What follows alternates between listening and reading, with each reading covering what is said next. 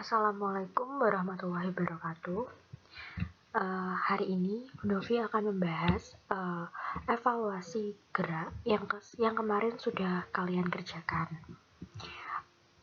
Yang mengumpulkan sebagian sudah benar caranya dan sebagian lagi masih salah caranya.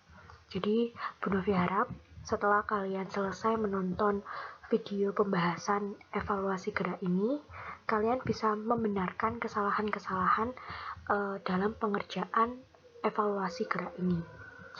Sebelumnya, Bu Novi juga sudah memberikan kalian rangkuman materi gerak yang bisa kalian download di Google Classroom bersamaan dengan saat kalian mendownload soal evaluasi gerak ini.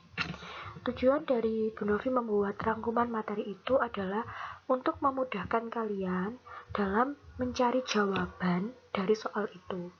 Karena selanjutnya, materi gerak benda ini adalah materi hitungan fisika. Karena itu, untuk memudahkan kalian, Bu Novi membuat rangkuman materi supaya bisa kalian baca dan kalian pelajari. Oke, kalau gitu Bu Novi langsung lanjut ke soal yang pertama ya. Soal nomor 1, pertanyaannya adalah jelaskan perbedaan dari diam dan bergerak, jarak dan perpindahan, kecepatan dan kelajuan. Kalau kalian sudah menonton video pembahasan materi yang sudah Bu Novi share link YouTube-nya, saya yakin kalian bisa menjawab pertanyaan ini dengan sempurna. Kita bahas satu-satu, dari mulai diam dan bergerak. Benda itu dikatakan diam jika dia tidak berpindah tempat, tidak berpindah kedudukan, tidak berpindah posisi. Sedangkan benda dikatakan bergerak jika dia berpindah tempat, berpindah kedudukan, berpindah posisi. Jadi jelas ya perbedaannya. Diam jika tidak berpindah, bergerak jika berpindah. Lalu jarak dan perpindahan. Jarak itu adalah total keseluruhan. Ya, jarak adalah total keseluruhan yang merupakan besaran skalar yang dinyatakan dalam satuan meter. Sedangkan perpindahan itu adalah perpindahan posisi awal dan akhir yang dinyatakan sebagai besaran vektor. Artinya dia bukan hanya memiliki panjang meter, tapi dia juga memiliki arah. Jadi contohnya kalau jarak misalnya hanya 10 meter, tapi kalau perpindahan itu 10 meter ke arah kanan. Itu contohnya. Terus yang ketiga, kecepatan dan kelajuan. Kecepatan itu adalah jarak dibagi waktu. Sementara kelajuan itu adalah perpindahan dibagi waktu. Jelas ya perbedaannya.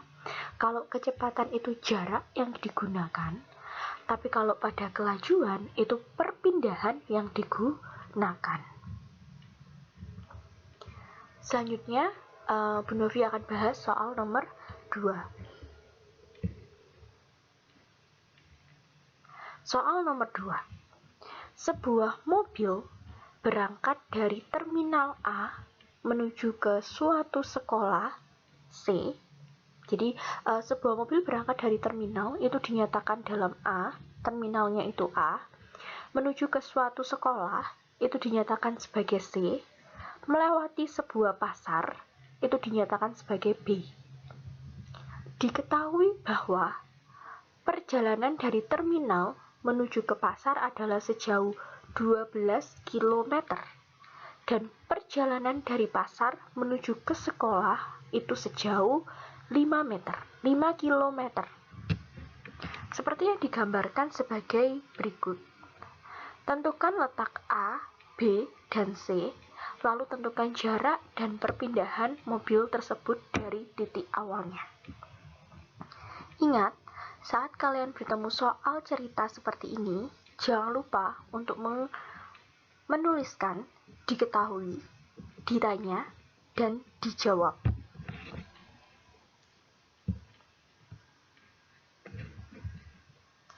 Oke, jadi kita gambarkan dulu dia posisinya menjadi segitiga seperti ini. Kenapa? Dari A ke C. A ini adalah terminal.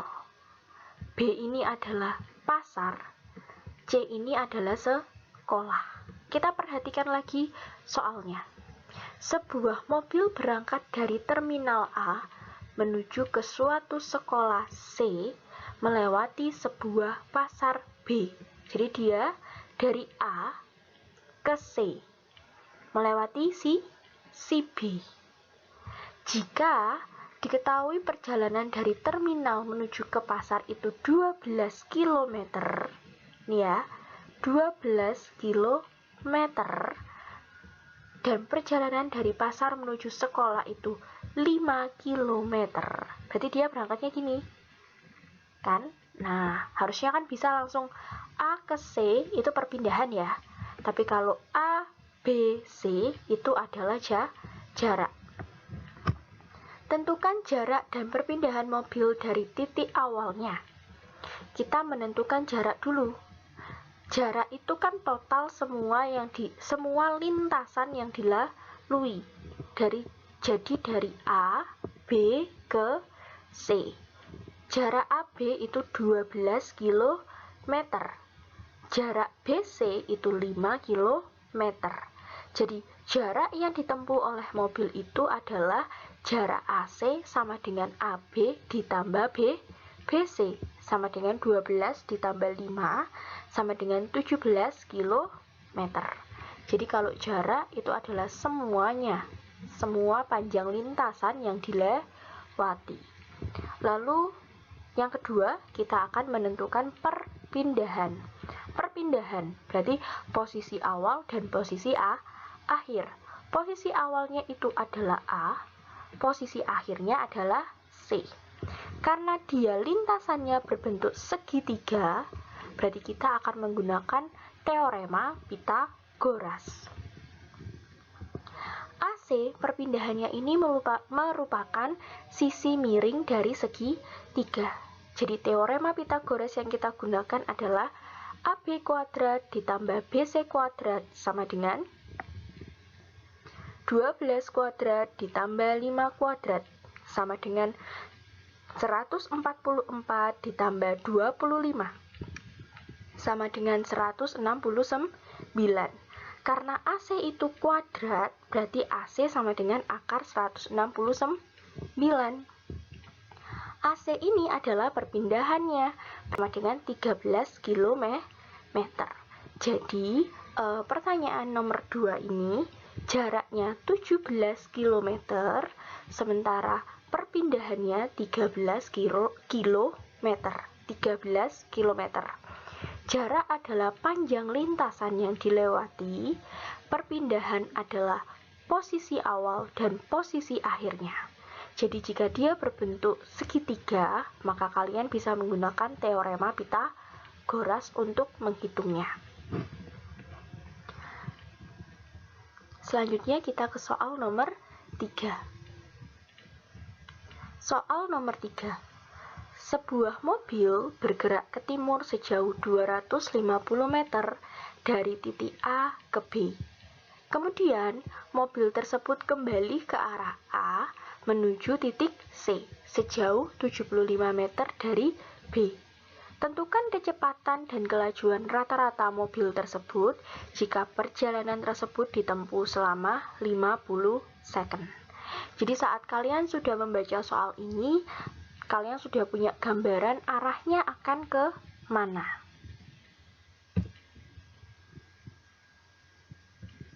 Nah, perhatikan ya. Sebuah mobil bergerak ke timur sejauh 250 meter dari titik A ke titik B. Jadi gambarnya ini ada mobil dari titik A ke titik B. Ini sejauh 250 meter. Kalian bisa pakai jarak 100 meter, 100 meter. Kemudian mobil tersebut kembali ke arah A menuju C sejauh 75 meter. Perhatikan gambarnya. Dari A ke C 75 meter dari B. Berarti di sini ya. Tentukan kecepatan dan kelajuan rata-rata mobil tersebut jika perjalanan tersebut ditempuh selama 50 second. Kita mulai dari kelajuan rata-rata. Kelajuan rata-rata adalah jarak total dibagi selang waktu. Berarti 250 meter ditambah 75 meter dibagi 50 second sama dengan 6,5 meter per second. Jadi, kelajuan rata-ratanya adalah 6,5 meter per second. Sementara kecepatan rata-rata itu adalah perpindahan dibagi selang waktu, berarti 250 dikurangi 75. Kenapa kok dikurangi? Karena dia kembali. Ini kan ada kata-kata kembali. Berarti dibagi 50 second sama dengan 3,5 meter per second. Jadi, kecepatan rata-rata mobil tersebut adalah 3,5 meter per second. Selanjutnya, soal nomor 4. Sebuah benda mula-mula bergerak dengan kecepatan 5 meter per second. Jika dalam selang waktu 5 second, kecepatannya berubah menjadi 25 meter per second, tentukan percepatan rata-rata benda tersebut. Nah, jadi sebuah benda mula-mula bergerak dengan kecepatan 5 meter per second. Jika dalam selang waktu 5 second, kecepatannya berubah menjadi 25 meter per second, tentukan percepatan rata-rata benda tersebut. Itu dia menggunakan rumus percepatan. Percepatan itu dilambangkan dengan A, berarti rumusnya adalah delta V per delta T, atau kecepatan total dikurangi waktu total. Delta V berarti F2 dikurangi F1, F2-nya 25, F1-nya 5 meter per second. T2 dikurangi T1. Di sini T2-nya 5 second, T1-nya 0. Berarti 25 dikurangi 5 dibagi 5 sama dengan 4 meter per second kuadrat. Kalau kecepatan dia hanya meter per second satuannya, tapi kalau percepatan rata-rata maka dia satuannya adalah 4 meter per second kuadrat. Beda ya, kalau kecepatan hanya meter per second, kalau percepatan meter per second kuadrat. Jadi percepatan rata-rata benda tersebut adalah 4 meter per second kuadrat.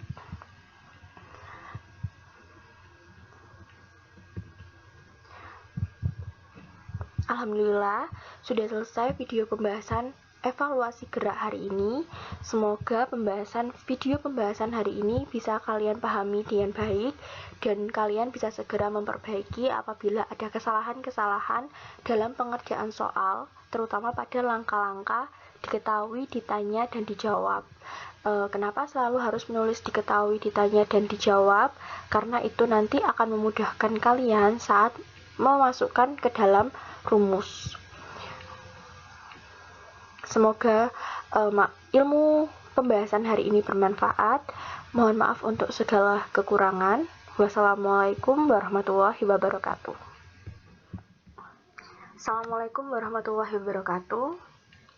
Di video pembahasan materi hari ini, Bu Novi akan membahas tentang GLB dan GLBB.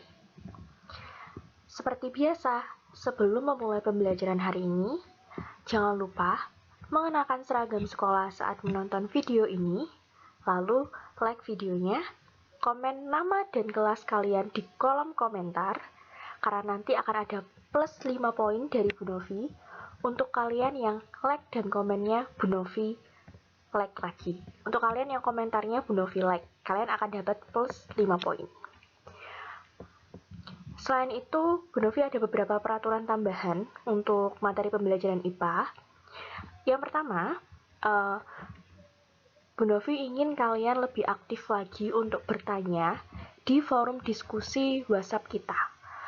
Karena semakin kesini, materinya akan semakin sulit. akan semakin banyak hitungan dan akan semakin banyak rumusnya. Jadi Bu Novi akan membuka sesi tanya jawab lebih banyak untuk membantu kalian memahami materi ini sampai kalian benar-benar mampu. Karena setelah materi ini kita akan mengadakan ulangan harian. Jadi Bu Novi harap kalian benar-benar memahami materi ini dengan baik gitu. Dan kesempatan untuk kita diskusi di forum WA kalian manfaatkan dengan baik untuk bertanya apa yang tidak kalian pahami. Setelah itu jangan lupa saat kalian membuka Google Classroom, untuk namanya yang belum menggunakan nama lengkap asli kalian, silakan namanya diganti ya, supaya memudahkan Bu Novi untuk memberi nilai kalian dan memudahkan Bapak Ibu guru yang lain juga untuk tahu, oh ini siapa, ini akunnya siapa gitu. Setelah itu khusus untuk mapel IPA, di akun Google Classroom kalian, selain kalian harus mengerjakan evaluasi soal, kalian wajib untuk mengunduh rangkuman materi yang sudah Bu Novi siapkan. Kenapa sih Bu kok harus mengunduh rangkuman materi? Kan sudah ada LKS, mungkin seperti itu ya kalian mikirnya. Iya, memang sudah ada LKS, tapi seperti yang kalian tahu, Bu Novi menyelesaikan satu materi saja itu Bu Novi bagi menjadi hampir sampai 5 pertemuan. Sekarang kita sudah di pertemuan keempat dan materi gerak ini belum selesai. Karena itu Bu Novi buatkan rangkuman materi sendiri yang merangkum materi ini dan hanya memasukkan poin-poin penting, rumus-rumus yang memang harus kalian ingat untuk nanti mengerjakan soal-soal evaluasi dan soal ulangan harian. Oke, kalau gitu langsung kita mulai materi hari ini. Sebelumnya, mari kita awali dengan berdoa. Berdoa dipersilakan. Bismillahirrahmanirrahim. Berdoa selesai, kita mulai materi kita tentang GLB dan GLBB. Bu Novi, apa sih GLB dan GLBB itu? GLB itu adalah gerak lurus beraturan. Sedangkan GLBB adalah gerak lurus berubah beraturan. Next, kita ke slide selanjutnya. Suatu benda dikatakan bergerak bila kedudukannya selalu berubah terhadap suatu acuan. Di video pembahasan materi sebelumnya, Bu Novi juga sudah membahas ini. Hanya saja di sini Bu Novi ulang lagi supaya sampean bisa lebih ingat lagi. Karena materi ini adalah materi yang saling sambung menyambung. Jadi kalau materi sebelumnya dilupakan, kalian nggak akan nyambung dengan materi yang ini. Jadi harus sambung menyambung. Suatu benda dikatakan bergerak bila kedudukannya selalu berubah terhadap suatu acuan.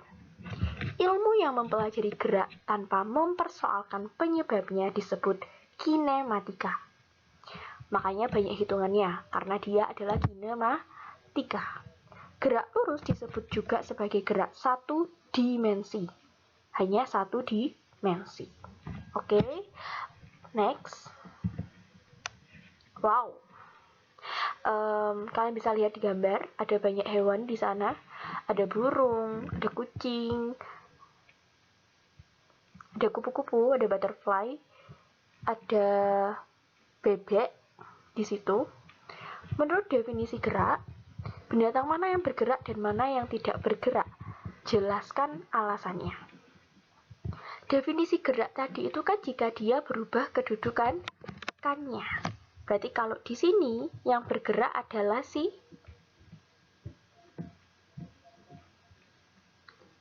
who is that? Who is this? Jadi kalau di sini yang bergerak adalah si burung ini karena dia kedudukannya berpindah. Terus si kucing ini dia juga bergerak. Butterfly dia tetap stay di situ, jadi tidak kita anggap bergerak berdasarkan definisi gerak. Kalau pada sebelumnya yang Bu Novi sudah jelaskan tentang gerak makhluk hidup, itu kan hewan dibedakan berdasarkan habitatnya untuk bergerak, darat, air, dan udara. Tapi kalau berdasarkan definisi gerak, artinya benda itu bergerak jika dia berpindah posisi atau kedudukannya, maka pada gambar ini yang bergerak adalah burung sama kucing, bird and cat. Oke, kita lanjut setelah itu. Next. Masih tentang perpindahan kecepatan dan percepatan. Perpindahan itu kan kemarin adalah besaran vektor. Artinya dia punya satuan meter dan dia juga harus punya arah. Perubahan kedudukan benda dalam selang waktu tertentu itu tergantung pada sistem koordinat. Perhatikan di sini. Nah, jarak itu dinyatakan dalam S, tapi di sini Bu Novi menggunakan X1 dan X2. Jadi ada perpindahan dari A ke B, maka delta X-nya adalah X2 dikurangi X1. Lihat di catatannya, jarak adalah skalar. Kenapa? Karena jarak hanya memiliki satuan meter, ya kan? Jarak itu kan hanya lintasan, panjang lintasan yang kita hitung. Jadi panjang lintasan sesungguhnya ditempuh oleh benda itu namanya jarak. Tapi kalau perpindahan, panjang lintasan dan arahnya ke mana. Jelas ya? Bu Novi ulang-ulang terus supaya kalian ingat. Sekarang kita lihat, dari A ke B itu 5 meter jaraknya. Dari B ke A juga 5 meter. Ini contohnya, benda bergerak dari A ke B 5 meter dan kembali lagi ke A. Jadi habis dia ke B, dia kembali lagi ke A. Berarti perpindahannya 0. Karena dia posisi awalnya di A dan posisi akhirnya juga di A. Berarti perpindahannya 0. Sementara jaraknya itu adalah panjang lintasan. Berarti sekalian hitung A ke B, B ke A. 5 meter ditambah 5 meter sama dengan 10 meter. Perpindahannya 0 karena dia posisi awal dan posisi akhirnya tetap. Jaraknya 10 meter. Bu Novi ulang terus karena kalian masih banyak salah, ya. Jadi remember, jarak itu total panjang lintasan, perpindahan itu posisi akhir dan posisi awal. Paham ya? Bisa dipahami? Oke, kita lanjut lagi sekarang. Kecepatan. Nah, kecepatan itu adalah perpindahan dibagi waktu. Bila benda memerlukan waktu delta T untuk mengalami perpindahan delta X, maka kecepatan rata-ratanya, perhatikan mobilnya, jadi ini X1 T1, X2 T2, maksudnya ini jarak pertama dan waktu pertama, ini jarak kedua dan waktu kedua. Kenapa? Karena dia kecepatan rata-rata. Kecepatan rata-rata adalah perpindahan dibagi waktu yang diperlukan. V rata-rata, kecepatan rata-rata itu digambarkan dengan kecepatan rata-rata itu dilambangkan dengan V rata-rata, yaitu kemiringan garis yang menghubungkan X1 dan X2. Jadi, kecepatan rata-rata itu jika kita jadikan sebuah diagram di mana X sebanding dengan T, artinya X berhubungan dengan T, atau jarak perpindahannya berhubungan dengan waktu, maka bisa kita gambarkan seperti ini, di mana yang berwarna orange ini, tanda panah yang berwarna orange ini adalah kecepatan rata-rata atau V rata-rata. Jadi bisa kita simpulkan, rumusnya adalah V rata-rata sama dengan X2 min X1 per T2 min T1 sama dengan delta X atau delta X per delta T. Ingat, delta X itu adalah X2 dikurangi X1, sementara delta T adalah T2 dikurangi T1. Atau mudahnya, delta X adalah jarak perpindahan awal dikurangi perpindahan akhir, delta T adalah waktu akhir dikurangi waktu awal. Maaf, Bu Novi ralat ya. Delta X adalah jarak akhir dikurangi jarak awal, delta T adalah waktu akhir dikurangi waktu awal. Jadi yang akhir dikurangi yang awal. Bisa dipahami untuk kecepatan. Sekarang kita lanjut ke catatannya ya. Catatan untuk memudahkan kalian. Jadi tadi ada kecepatan rata-rata, sekarang ada kelajuan rata-rata. Kelajuan itu kan besaran skalar. Jadi jika benda memerlukan waktu T untuk menempuh jarak X, maka kelajuan rata-ratanya adalah jarak total yang ditempuh dibagi waktu yang diperlukan. Kelajuan lambangnya sama dengan kecepatan, yaitu V sama dengan X per T atau jarak dibagi waktu. Baru kita masuk ke percepatan. Jadi ada kecepatan, ada percepatan. Untuk percepatan itu dia percepatan rata-rata, yaitu perubahan kecepatan per satuan. Untuk percepatan sendiri dia dilambangkan dengan A. A delta V per delta T. Berarti V2 dikurangi V1 per T2 dikurangi T1. Artinya, kecepatan akhir dikurangi kecepatan awal dibagi waktu akhir dikurangi waktu awal. Misalnya gini nih, jika sebuah mobil diam lalu bergerak, berarti itu V1-nya 0, baru bergeraknya itu masuk di V2. Seperti itu ya. Sekarang kita masuk ke GLB. GLB adalah gerak lurus beraturan. Gerak lurus beraturan. Gerak benda pada lintasan lurus dengan kecepatan tetap dan percepatannya sama dengan 0. Jadi kalau ada mobil yang jalan di jalan raya, brem brem brem brem brem brem brem brem gitu ya. Ini lintasannya, ini mobilnya jalan, brem brem brem brem brem gitu. Jalannya itu lurus, dia kecepatannya 20 km per jam. Itu tidak berubah, tetap segitu terus. Berarti saat itu dia melakukan gerak lurus beraturan. Si mobil sedang mengalami GLB. Karena tidak ada perubahan kecepatan, maka percepatannya 0, konstan. Jadi percepatannya 0 karena kecepatannya tetap. Itu tadi bisa digambarkan dalam grafik. Nah, grafik yang pertama adalah grafik jarak dan waktu, S dan T. Ini ya, grafik jarak dan waktu. Yang kedua ada grafik kecepatan dan waktu. Dan yang terakhir adalah grafik percepatan dan waktu. Oke, itu tentang GLB.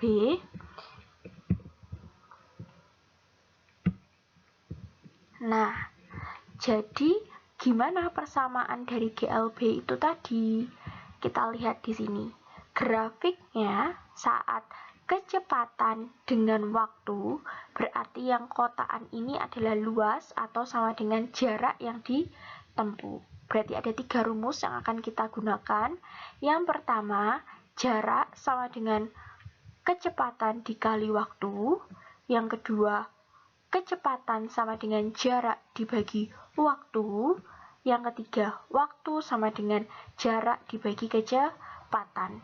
Untuk memudahkan kalian mengingat persamaan GLB atau gerak lurus beraturan, kalian bisa menggunakan segitiga ajaib, ya kan? Jadi kalau di segitiga ajaib, bisa pakai V sama dengan S per T. Yang di atas S, yang di bawah V sama T. Itu memudahkan kalian untuk mengingat 3 rumus ini. Jadi untuk GLB ada 3 rumus yang harus kalian ingat. jarak, kecepatan, dan waktu. Dan juga grafiknya juga ada 3, jarak, kecepatan, dan waktu. Sekarang kita masuk ke GLBB. Kalau tadi GLB adalah gerak lurus beraturan, GLB adalah gerak lurus berubah beraturan. Jadi, gerak suatu benda pada lintasan lurus terhadap titik acuan tertentu dengan percepatan tetap atau konstan. Kalau tadi kan GLB percepatannya 0, kalau sekarang percepatannya konstan atau tetap. Nah, percepatan, besar percepatan. Kita kerumus dulu ya. Banyak rumusnya memang. Jadi kalian harus sering-sering mengerjakan soal supaya terbiasa dengan mengingat rumus-rumus ini. Oke, besar percepatan dilambangkan dengan A. Besar perubahan kecepatan atau delta V dibagi perubahan waktu atau delta T. Jadi, jika rumusnya kita tuliskan, delta V per delta T sama dengan VT. Kalian bisa pakai V2, V1, bisa pakai VT dan V0. VT ini maksudnya kecepatan akhir, V0 ini maksudnya kecepatan awal. Terus TT berarti waktu akhir, T0 berarti waktu awal. Sama dengan VT dikurangi V0 per T. Berarti kan kalau dia mobilnya berhenti, T-nya 0, T0-nya 0. Lalu VT min V0 sama dengan A dikali T. Ini dari rumus ini ya. Kan A sama dengan VT dikurangi V0 per T. Jadi kalau dikalikan silang, VT min V0 sama dengan AT. Akhirnya ketemu satu rumus. VT atau kecepatan akhir sama dengan V0 ditambah A percepatan dikali waktu. Jadi ini adalah asal dari rumus kecepatan akhir. Rumus kecepatan akhir ini dia asalnya dari rumus percepatan. Nah, percepatan itu sendiri dia ada 2 macam, yaitu percepatan bila A positif. Artinya percepatan lebih besar dari 0. Dan juga ada yang namanya perlambatan bila A negatif. Artinya percepatan kurang dari 0. Maksudnya apa sih Bu Novi? Nah, kalau di GLB tadi, dia kan cuma ada satu. GLB saja. Tapi kalau di GLBB, yang namanya berubah beraturan, dia ada 2. Ada GLBB dipercepat, itu positif, dan ada GLBB diperlambat, itu negatif. GLBB dipercepat, misalnya mobil dari diam melaju dengan kecepatan 100 km per jam, berarti dari 0 ke 100, itu dipercepat. Kalau diperlambat Bu Nov, berarti kebalikannya, mobil melaju 100 km per jam. Karena ada tiang listrik, dia ngerem mendadak. Ciit. Gebrak. Enggak ya, jangan. Jadi habis dari 100 km per jam, dia langsung berhenti. Cit. Itu namanya GLBB diperlambat, bernilai negatif. Karena percepatannya dari 100 km per jam kuadrat langsung berhenti jadi 0. Gitu ya nak ya. Next. Nah, tadi sudah ada grafik GLB, sekarang kita masuk ke grafik GLBB. Dimana ketentuan yang kita pakai kalau tadi GLB percepatannya 0. Ingat, GLB percepatan 0. Kalau GLBB itu percepatannya konstan. Grafik hubungan antara kecepatan dan waktu. Kecepatan dan waktu. Artinya semakin tinggi ya. Semakin kecepatannya naik, maka waktunya juga akan semakin banyak.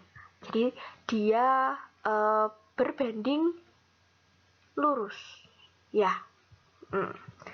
Sementara grafik antara percepatan dan waktu dia konstan, lurus ya. Dimana di sini percepatan, di sini dia waktu, dia lurus. Lalu grafik hubungan jarak sama waktu, dia melengkung. Nah, ini soal-soal ini grafik yang sering keluar di soal ya. Jadi, kalau grafiknya kecepatan dan waktu, dia lurus ke atas. Set. Kalau grafiknya percepatan dan waktu, dia lurus ke samping. Set. Kalau grafiknya jarak dan waktu, dia melengkung ke atas. Jadi membedakan kecepatan dengan jarak. Yang di bawah sudah pasti waktu. Yang berubah hanya yang di sisi tegaknya. Itu bisa kecepatan, percepatan, dan jarak. Oke, next. Sekarang kita masuk di grafik VT atau grafik hubungan kecepatan dan grafik hubungan kecepatan waktu. Jarak yang ditempuh benda S ya, di sini jarak yang ditempuh benda itu dinyatakan dengan S. Kita mencoba mencari rumusnya. S adalah luas grafik VT. S itu di sini adalah luas trapesium grafik VT. Jumlah garis sejajar X setengah tinggi. Jadi S sama dengan V0 plus VT setengah T. Sama dengan V0 plus A kali T. Ini rumus yang tadi ya, rumus yang VT tadi sebelumnya dikali setengah T. Sama dengan 2V0 plus AT dikali setengah T, sama dengan 2 kali setengah V0T plus setengah AT. T-nya ada 2, di sini dan di sini. Jadi rumusnya jarak sama dengan V0T plus setengah AT kuadrat. Jadi kalau tadi sudah ada rumus kecepatan akhir atau VT, sekarang ini adalah rumusnya jarak, yaitu S sama dengan V0T plus setengah AT kuadrat. Banyak rumusnya, jangan pusing, tapi dipahami satu-satu. Nah, sekarang kita akan mencari rumus dari kecepatan akhir kuadrat. Jadi memang harus digambarkan rumusnya satu-satu sama Bu Novi, supaya kalian paham. Tapi yang perlu kalian ingat hanya yang Bu Novi beri kotak warna seperti ini. Itu rumus A akhirnya yang harus kalian ingat. Jadi rumus ini berasal dari rumus VT sama dengan V0 plus AT. Ya kan? VT min V0 sama dengan AT, berarti T-nya sama dengan VT min V0 per A. Disubstitusikan ke S sama dengan V0T plus setengah AT kuadrat. Ini rumus yang sebelumnya. Sehingga setelah disubstitusikan hasilnya seperti ini. Jadi ketemulah rumus akhirnya VT kuadrat sama dengan V0 kuadrat plus 2AS. Jadi ada dua rumus VT yang bisa kalian gunakan. Nah, jadi persamaan GLBB atau rumus persamaan GLBB yang akan kita gunakan, yang pertama VT sama dengan V0 plus AT, yang kedua S sama dengan V0T plus setengah AT kuadrat, yang ketiga VT kuadrat sama dengan V0 kuadrat plus 2AS, di mana VT adalah kecepatan akhir benda dengan satuan meter per second, V0 adalah kecepatan awal benda dengan satuan meter per second, A adalah percepatan benda dengan satuan meter per second kuadrat, S adalah perpindahan benda dengan satuan meter, dan T adalah waktu dengan satuan second. Jadi, baik GLB ataupun GLBB, dia memiliki 3 rumus, sama-sama punya 3 rumus yang harus sampean ingat, supaya nanti pada saat mengerjakan evaluasi akan memudahkan kalian.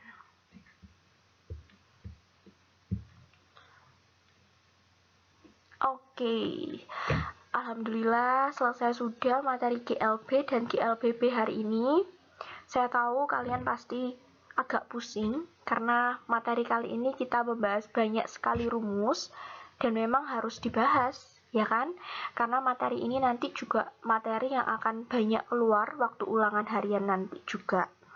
Nah, setelah kalian menonton video pembahasan materi ini, silakan kalian masuk ke akun Google Classroom kalian.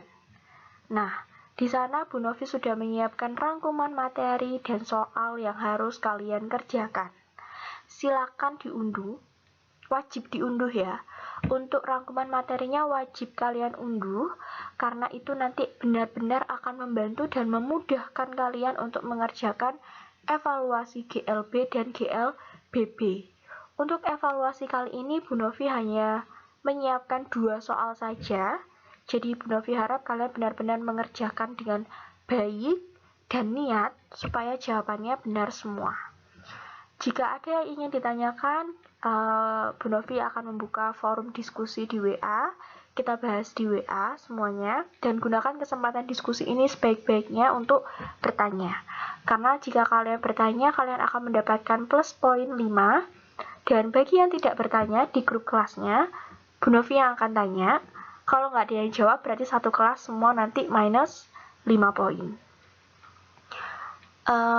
Karena tadi kita sudah membuka materi hari ini dengan doa, mari kita tutup materi hari ini juga dengan doa. Semoga materi hari ini bermanfaat dan bisa kalian pahami dengan baik. Terima kasih, jangan lupa belajar. Wassalamualaikum warahmatullahi wabarakatuh.